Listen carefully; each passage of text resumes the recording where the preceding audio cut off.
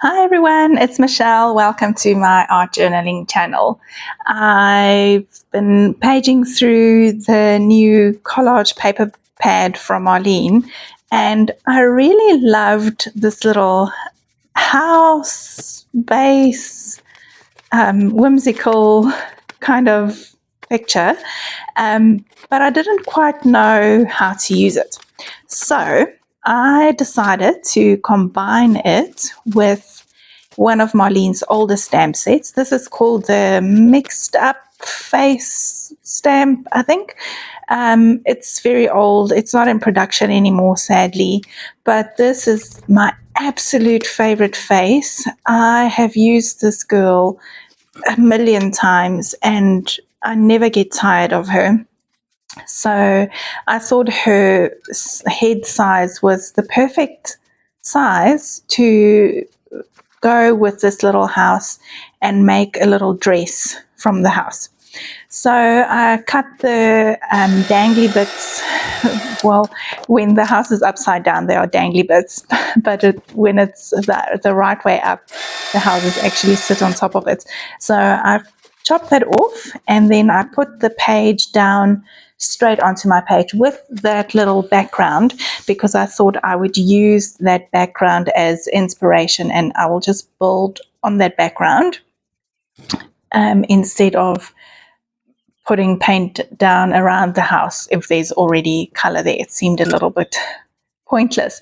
So I've started off with police at the top, moved into Smurf and sky as well. And I'm just kind of doing an ombre look, blending from darker down to light. And then I'm going to add some green. I think I used Envy, and I'm just blending that green with the blue to kind of recreate the color that's on that collage sheet already. I'm really working into those joins where the collage paper ends and my journal page starts, just to try and blend it all together. And in the end, you really can't see that join anymore. So it looks like a complete page, like it's supposed to be there. I also used a little bit of olive, which matched perfectly. And now I'm going in with mermaid as well, and just filling up that last little gap at the bottom there. So right now she doesn't look quite like she belongs. I think you can get the idea where I'm going with it, but it did take a little bit of work and a little bit of thinking really to get her to really look like she belongs on the page. So I decided before I'm going to work on her, I will work on the background first and get that out the way, and then I can faff about with my girl and make her feel less like she's just been stuck on, and more like this is her home, and it's supposed to be a home since day one. So I've gone in with a little bit of stenciling. I'm sticking to the colors that I have, and I'm doing normal traditional stenciling with the sponge through the stencil, and I'm also doing reductive stenciling. This is where I put paint down with my finger, and then I just put the stencil over the top and wipe that paint away with a baby wipe. Like I said, I'm using the same colors, and I'm going to introduce a little bit of white as well, just to bring a little bit of contrast into that background. Okay, I'm drying it off, and then there was a tiny bit of paint left on my sponge and on my palette, and I thought that bottom bit looked a little bit not busy enough. You know me and my busy backgrounds. So I just sponged through there. I'm going to go in with this new grungy textured stamp, and this is like a jumbled up words or letters stamp. I really, really like it. And I've just gone in with some green StazOn ink. And the other one, I'm going in with a blue ink. This ink I've had for years and I barely ever use it. It's from Jane Davenport. It is a real struggle to get her products here in South Africa, so I cannot even remember where I got it. But yeah, I don't use it as often. I think because it's still water activated, I think until it gets dry, then it's permanent. I think that's how they work. I really haven't played with it much, but that's the only blue ink that I had, so I decided to just go in with that. Now I'm using my favorite little strip of stamp there in the grungy texture stamp, and I'm going with it. I'm using it upright, and I'm also turning it sideways, so it makes like a little cross hatching effect, and that just adds a little bit of a shadowy effect behind my girl, so she will hopefully in the end stand out from the background. I'm going in with a little bit of punk. I really love punk. It plays so well with pretty much most colors. So, well, most colors that I use.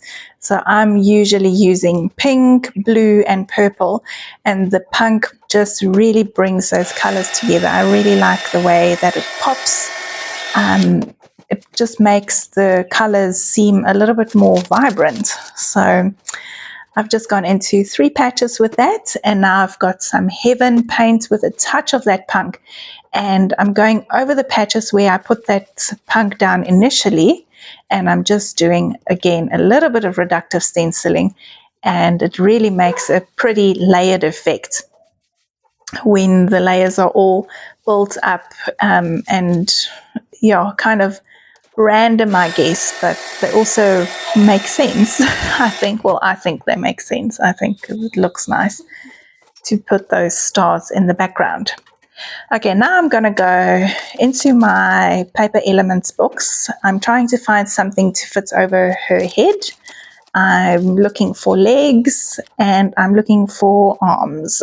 So this took a little bit of time to do. I think I did pause my video while I did that off screen. I thought I would add some flowers in her hair.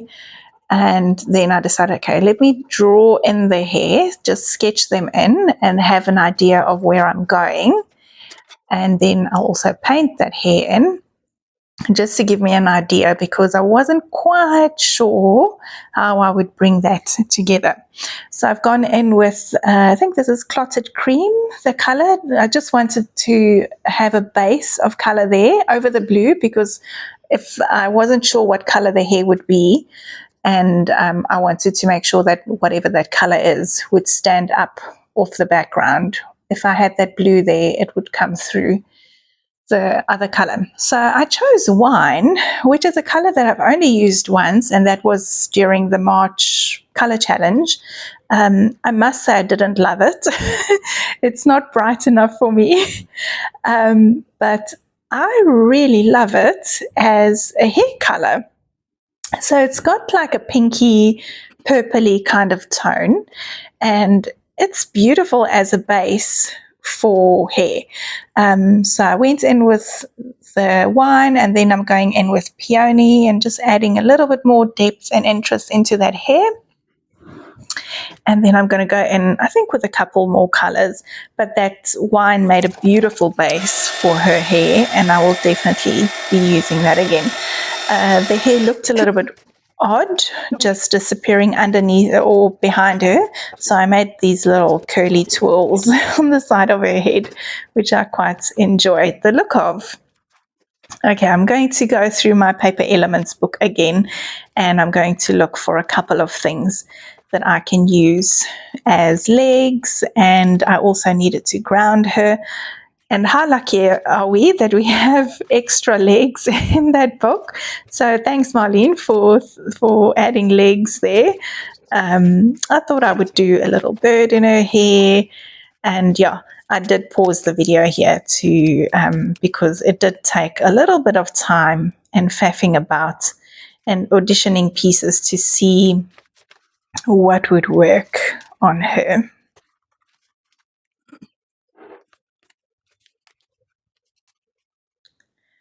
There were some other legs on these fish people, and I thought that I would cut them out, but in the end, I did just stick to the legs that I went with first. Okay, so I found a couple more pieces that I could use as a grounding for her. And I'm just going to layer them up there, and to make them make sense. And I'm going to stick her legs on.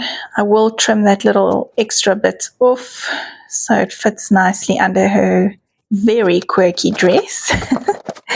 And then I thought, I better give her arms because she looks a little odd.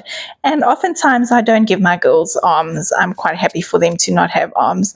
But she was just too odd. So she was just a little extra. So I decided to try and get arms. So first off, I drew in with, I thought that the arms could go behind her back, but that did not work at all. So I decided, okay, the arms are going to hold on to this little heart.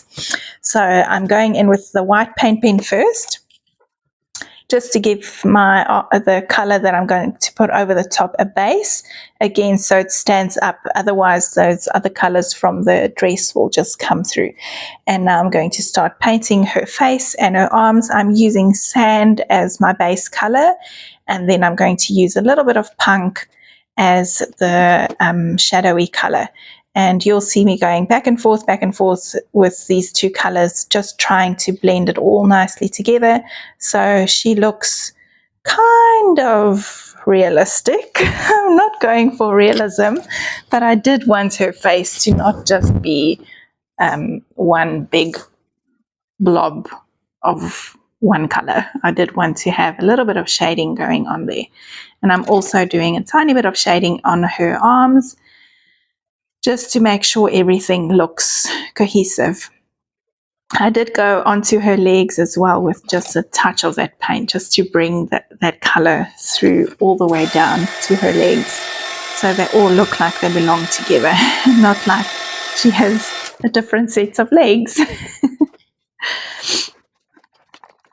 I wanted to give this heart a little bit of dimension, and I have this one from Wow. It's called a bonding powder. Now, I haven't used it yet, to be honest, and I wasn't sure if it would make a glaze effect over that element. So I just went back to my Ranger embossing powder because I knew that that was just a clear embossing powder. But I do need to play with the Wow one a little bit more so I can see exactly what it does. I think it will do the same, but I didn't want to chance it with the heart. Now I'm going to go in and give her hair some more definition, interest, layers. And the more layers that go over the top of her hair, the more it will come alive and look realistic. Again, my head. So with these bigger journals, this is a A4 journal, I really have to put my camera quite high up to get the whole journal in frame.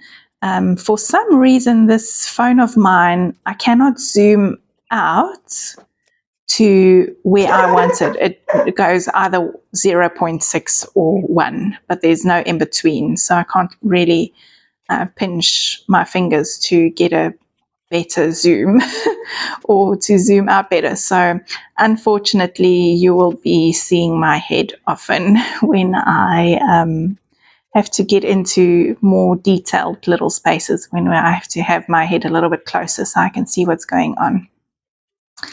I'm defining some of her edges, and in her face, I'm defining her features. I'm going in with some white highlights, and then eventually I will stick that little heart on so it looks like she's holding it. There we go. And cute. I really like the way that it has that shimmery shine there. I did grab out a crown, and I'm still faffing a little bit with the birds. That bird actually there didn't look too bad, but at the moment when I was doing it, I just couldn't get it to work. So a little bit of fiddling about, and then eventually I do stick the crown down, and I found this little plaque At first I thought it was an envelope, but it actually looks like it's a plaque because it has on the corners it looks like there's like screw holes or something there.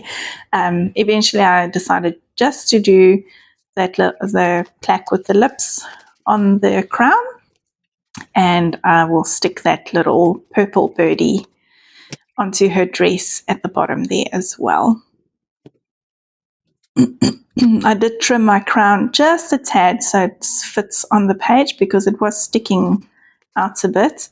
When I look at stuff on screen, I could have really put that little reddish bird on top of the purple one. It would have looked fine, but while I was busy with it, I just couldn't get it to look right. So that's why she only has one bird, but two would have worked fine.